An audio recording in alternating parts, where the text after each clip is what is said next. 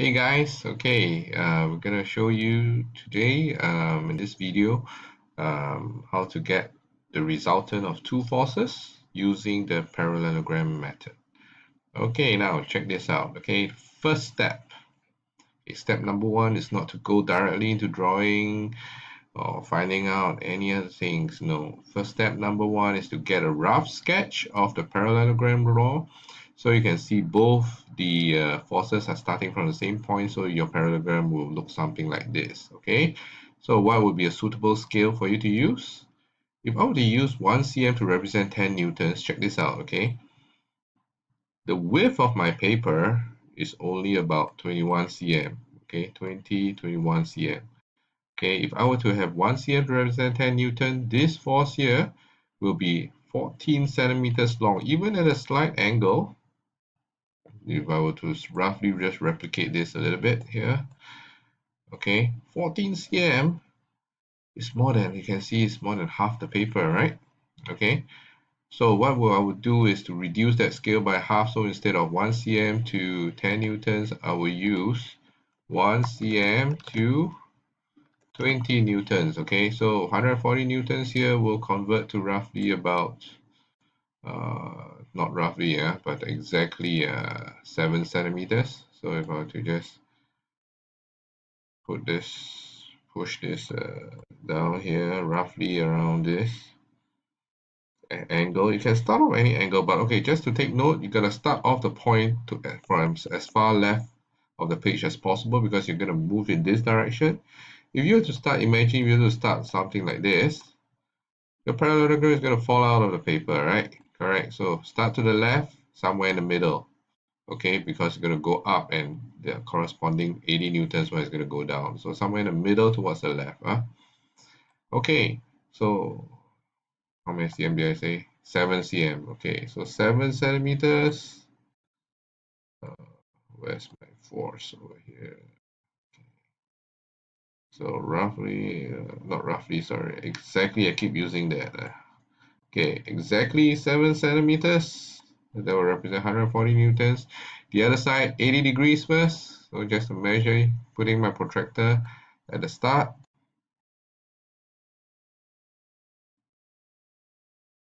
Making sure it's parallel first. Okay, putting it here. Okay, put another component force. 80 degrees. Okay, I think. Wow, boom. That's great.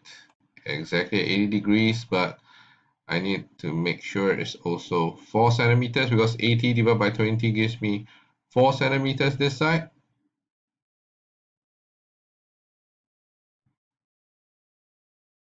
Okay, so just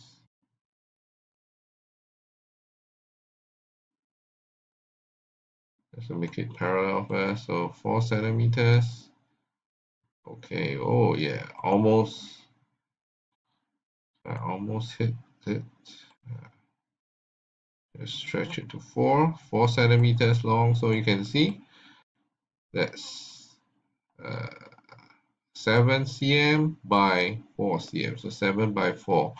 Okay, so what I'll do next is to draw a parallelogram. You can draw a parallelogram by putting it here and then measuring about 110 degrees, because since this is 80, interior angles will be 110, so you can actually draw the same length and do the same to the other side. Okay, what I'm going to do is since I'm doing this on a drawing, on electronic drawing, I will just copy and paste. Immediately I get two parallel lines, but it's important when you draw the lines, they are different, okay, in the sense that to show that they are only parallel lines and not component forces, they need to be dotted, as well as you need to remove all the arrows. Okay, so remove arrowheads and boom, that's right. Okay, finally just put in your uh, put in your resultant force. You see, my resultant force is just from the start all the way to the end of the parallelogram. Okay, measure that resultant force,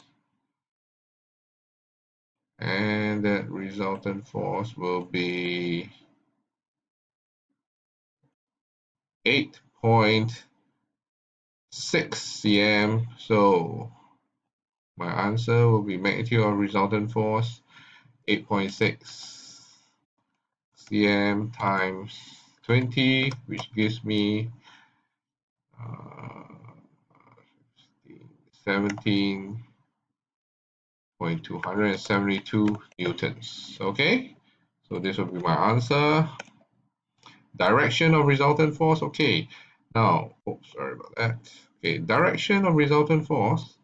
This is my resultant force. You don't use the word east or north, south, because first and foremost in the question they didn't tell you where is north. The only thing you know, the only direction you can give is relative to the current forces over here. So let's just put our protractor here. Okay, you can measure this. How many is this? This is 27 degrees. So 27 degrees clockwise from the top force. The top force happens to be the 140 newtons force. So it's 27 degrees clockwise from 140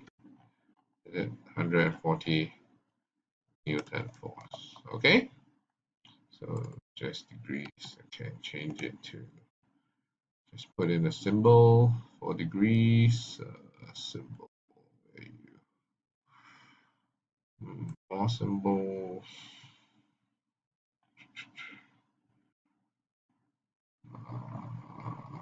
And there you are.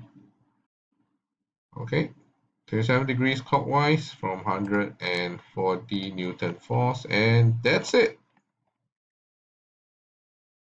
Okay, so just to recap, first thing to do in your parallelogram law rule, you got to take a find out good, nice suitable scale. After a nice suitable scale, you know where to start that point. If the parallelogram is going to go to the right, so start as far to the left as possible, so you'll always have more than enough forces, more than enough space. Okay, the actual forces 140 and 80 newtons, always use a single arrow, and the final resultant use double arrow. To complete the parallelogram, use the dotted lines over here, and the magnitude of the resultant, you can just measure it off and multiply it by the scale over here, 20 newtons.